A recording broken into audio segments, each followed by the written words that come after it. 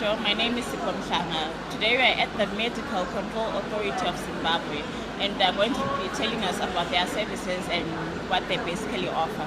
Welcome to the show, sir. Okay. Can you please tell us about yourself and your organization? Okay. For myself. Okay. My name is Joshua Govere. I'm with the Medicines Control Authority of Zimbabwe, and the function of the Medicines Control Authority of Zimbabwe is derived from the Medicines and Allied Substances Control Act, which is an act of parliament that gives us a function to regulate medicines. How do we do this? We do this across the whole distribution chain. In fact, from the manufacturer, it's looking at the safety and the quality of the medicine from start right to the end. So let me give you the flow. I'm sure you see the functions we have noted and we're discussing: assessment, laboratory testing, approval, and monitoring. Yes. So how we start? We start by looking at the manufacturer himself. Is he actually qualified to be making those medicines? Okay. What certifications, what accreditations does this manufacturer have that should comply and are required globally, global international standards for him to be actually making these medicines? Okay. So that having been done, and this is done, we send some inspectors who go there, whichever country it is, where we want to get this medicine from. They do a thorough inspection of the premises, the person is responsible, and this is a standard procedure that happens globally for every other regulated agency in the world. So having looked at the manufacturer, we then come to the wholesalers, we license the wholesalers, the premises, and the persons who are responsible and who are actually in charge of how these medicines come through. Then we come to the retailers in the chain, who will be your pharmacies, your clinics, your hospitals, and we also then license their premises. We also license the persons there. I'm sure you've walked into a pharmacy and you find there's an MCAZ approval letter or certification at the walls, and this is a mandatory thing that they should have that. And every pharmacy should be manned by a pharmacist who's licensed and who have approved and given some certification to do that. So because of this, there's periodic training and assessments and inspections that are going through all the time. We have teams that are going in all the sections in where a medicine is and checking for compliance with the various requirements and guidelines. So in our institution, we have 4 critical key pillars. The first one would be a unit where they actually do the registration part. This is where the manufacturer submits anything to do. I'm done with the premises and persons chain. Yes. But we're now dealing with the product.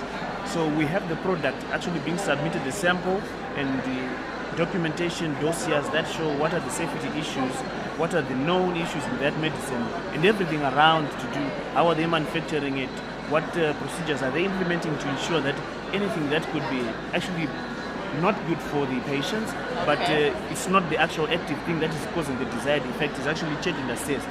What are the quantities and so forth. Then once we approve that medicine is then, there's a license given specific to a medicine and a batch and the manufacturer and the product line, and then that is allowed to come into the country.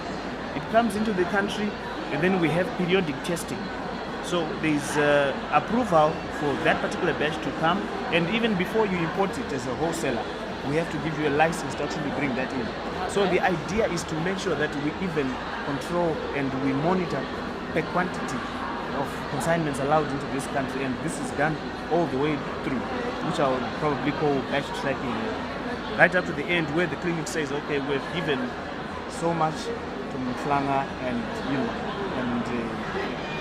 right up to the end. Okay. So that information that they collect in the clinics and so forth and in the pharmacies comes to us, including the issues of side effects and so forth. All right. Now there's a unit that I'll talk to the next one. So the first unit we have, the critical pillar, is the registration I was talking about. Yes. Registration is done, and then there's a licensing unit which then gives the approvals here and there for saying, okay, this medicine can come at this point and so forth.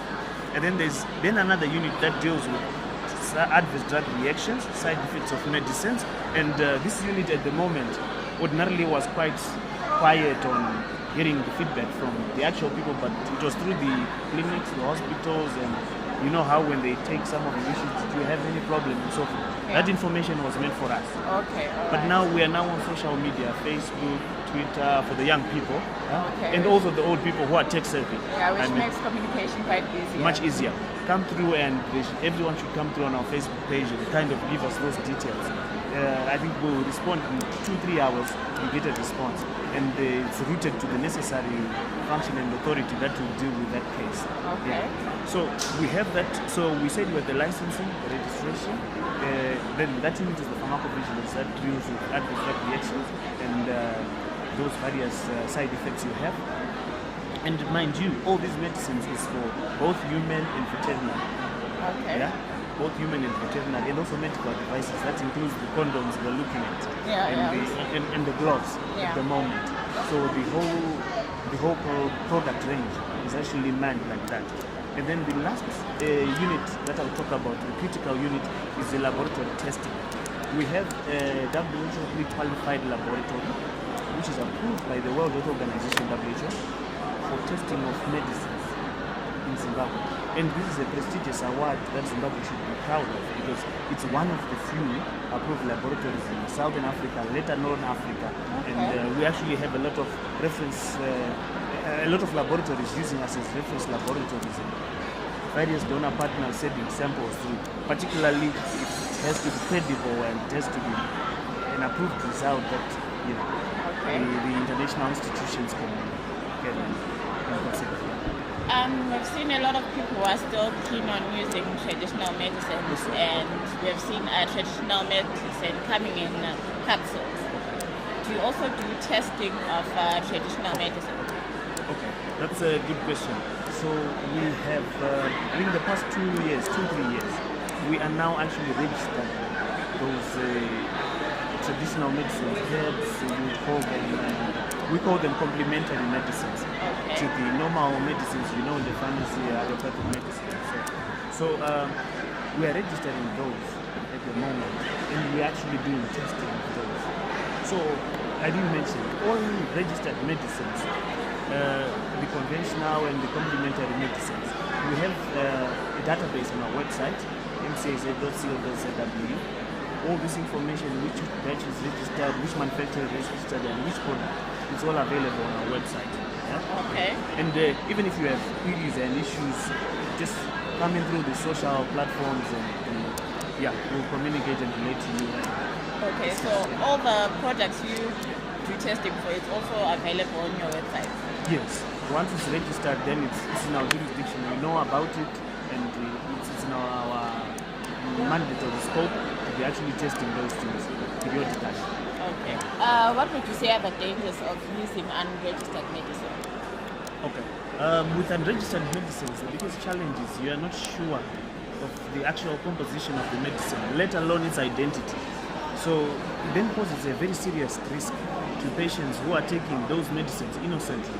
And where do we get these unregistered medicines? I mentioned that medicines should only be procured from 3 or rather 4 approved sources, which are the pharmacy, the clinics, and the hospitals, and then for simple molecules and devices like condoms and so forth in the approved big retail shops.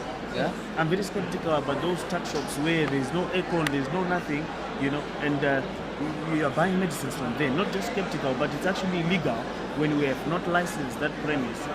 The danger comes because you are giving a patient, perhaps they are terminally ill, and maybe, let's use it for example, is a BP patient. They are supposed to take metformin for BP, and they are taking a tablet that is in the form of a tablet. The shape looks like a tablet, and I'm sure you saw the chart.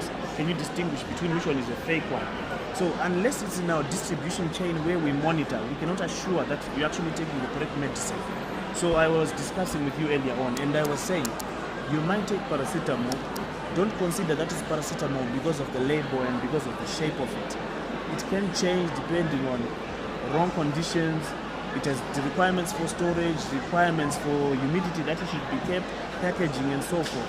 So you might be taking something that is very lethal, and that could actually be causing serious damage to the health of the people and everyone else. So in as much as we know this information, and we have many casualties, and as I mentioned, our pharmacovigilance team is hard on heels, hell-bent on a daily basis, trying to check what happened to this medicine and so forth, and what caused this side effect. And some of the issues are quite disturbing because you find that people are buying medicines that were not approved, and these are coming through smuggled channels, or it's a very lucrative business, medicine sales, and in the suburbs, in the areas, and in a rhino, whatever you call it, people are exchanging and giving each other like that. So once the quality is not assured, what you're thinking you are dealing with could be a potentially different thing, and the repercussions of it, no one knows. Sometimes it actually leads to death, and then we're jumping about, but it could be simple things that somebody was trying to save $1 or 50 cents, but then they put their life in jeopardy, and the story is never told to completion. It's left hanging. So I think this is my biggest message to everyone in Zimbabwe. We are there, we are mandated to take care of you, to ensure that you get safe medicines, and the government is doing all it can. It's very supportive in that respect, but please adhere and make sure that you purchase any medicine, you receive it even for free in the clinics from approved sources. Yes, I think that's it. And this includes also for animal medicines. Okay, all right. Thank you so much for your time.